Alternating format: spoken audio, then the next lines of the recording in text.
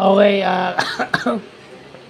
solving solving distance. Kinematics tayo ulit. So, kinematics. So, kinematics tayo. Okay, kinematics. Pero ito, distance. Distance ang hinahanap. So, ang formula ng distance is speed times time. Pero ang ginagamit nating trick is ratio and proportion.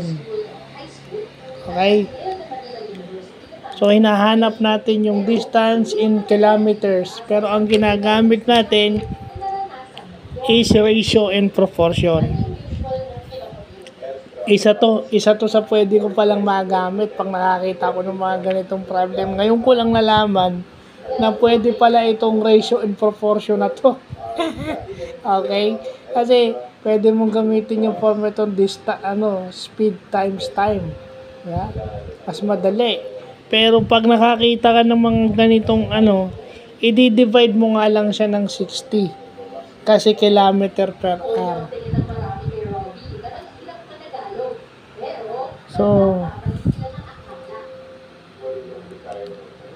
So laging over 60 kasi para ma-cancel yung R.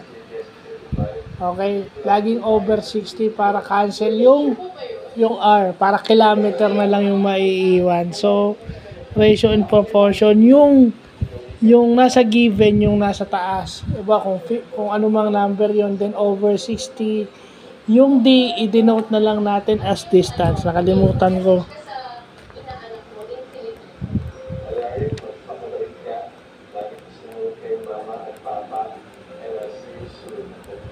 Yan. I-denote na lang natin yung D as distance. So,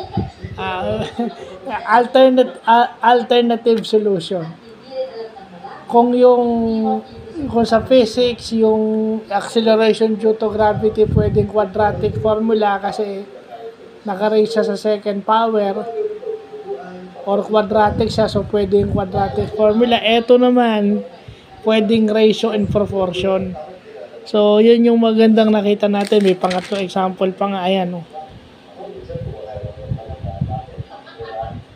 diba? 3 example pa nga yung nagawa ko eh. So, magandang bagay na natutunan natin to. So, physics at saka math. So, alternative to. Kasi yung science, ginagamitan din naman ng math yan. Yeah?